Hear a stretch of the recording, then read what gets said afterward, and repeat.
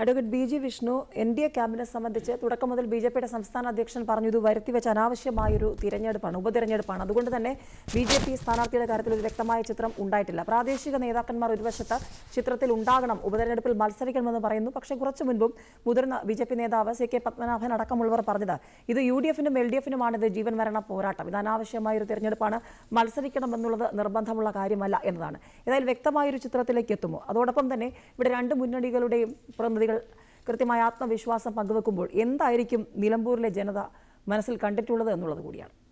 ബഹുമാനപ്പെട്ട പാർട്ടിയുടെ സംസ്ഥാന അധ്യക്ഷൻ ശ്രീ രാജീവ് ചന്ദ്രശേഖർ പറഞ്ഞതുപോലെ ഇത് കേരളത്തിൽ അടിച്ചേൽപ്പിക്കപ്പെട്ട ഒരു തിരഞ്ഞെടുപ്പ് തന്നെയാണ്. കാര്യത്തിൽ യാതൊരു സംശയവും വേണ്ട. കാരണം സാധാരണഗതിയിലൊക്കെ ഒരു തിരഞ്ഞെടുപ്പ് ഉണ്ടാകുന്നത് MLA ലോക്സഭയിലോട്ട് ജയിക്കുമ്പോഴോ അവിചാരിതമായി എന്തെങ്കിലും ഒരു സന്ദർഭങ്ങൾ ഉണ്ടാകുമ്പോഴാണ്. പക്ഷേ ഇത് രാഷ്ട്രീയപരമായി ഇടതുപക്ഷത്തിനെതിരെ MLA ഇടതുപക്ഷത്തിനെതിരെ തന്നെ തെരുവിലേക്ക് ഇറങ്ങിക്കൊണ്ട് ജനങ്ങൾ വിജയിപ്പിച്ച മാൻഡേറ്റിനെ ജനങ്ങളെപ്പോലും അപമാനിച്ചുകൊണ്ട് രാജിവെച്ച് ഇറങ്ങിപ്പോവുകയായിരുന്നു. അതിൽ ഏറ്റവും പ്രധാനപ്പെട്ട കാര്യം ഈ MLA നിലമ്പൂരുകാർക്ക് വലിയൊരു ദുർഗതിയുണ്ട്. കഴിഞ്ഞ എത്രയോ വർഷങ്ങളായി ഈ MLA അവർ സഹിച്ചുകൊണ്ടിരിക്കുകയാണ്. കാരണം എന്ന് വെച്ചാൽ ഈ MLA ഒരിക്കലും സ്ഥലത്തുണ്ടാവില്ല.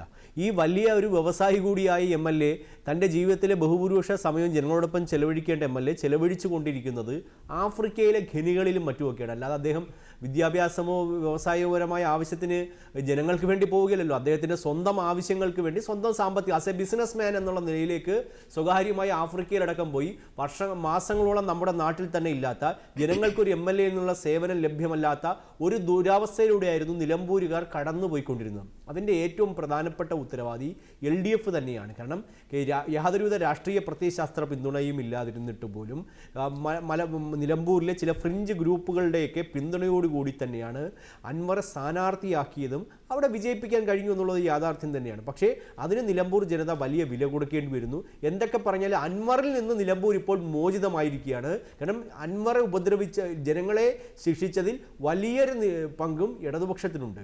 അപ്പോൾ കഴിഞ്ഞ 9 വർഷത്തെ ദുർഭരണത്തിന് കൂടി എതിരായ ഒരു ജനവിധി നിലമ്പൂർ ഉണ്ടാകും എന്നുള്ള കാര്യത്തിൽ ഒരു സംശയവുമില്ല. UDF-നെ കേരളം തട്ടിക്കളയാൻ പോവുകയാണ്. പിന്നെ ഏറ്റവും പ്രധാനപ്പെട്ട നിങ്ങൾ ചോദിച്ച ചോദ്യം, ഞങ്ങൾക്ക് സ്ഥാനാർത്ഥി ഉണ്ടാകും എന്നുള്ള കാര്യത്തിൽ ഒരു സംശയവുമില്ല. NDAക്ക് നിലമ്പൂർ സ്ഥാനാർത്ഥി ഉണ്ടാകും. ഞങ്ങളെ സംബന്ധിച്ചോളം ഒരു ഏറ്റവും പ്രധാനപ്പെട്ട മണ്ഡലമൊന്നും അല്ല നിലമ്പൂർ. ഞങ്ങളുടെ പരമാവധി ശക്തിയെടുത്ത് ഞങ്ങൾ പരമാവധി ജനവിരുദ്ധമായ LDF-നും UDF-നും എതിരായ വോട്ടുകൾ ഞങ്ങളിലേക്ക് എത്തിക്കാനും വിജയിക്കാനുള്ള മുഴുവൻ പരിശ്രമവും നിലമ്പൂരുണ്ടാകും. NDAയുടെ സ്ഥാനാർത്ഥി അടുത്ത കേന്ദ്ര നേതൃത്വം അടുത്ത ദിവസങ്ങളിൽ സ്ഥാനാർത്ഥിയെ ഉടൻ തന്നെ പ്രഖ്യാപിക്കുകയും ചെയ്യും.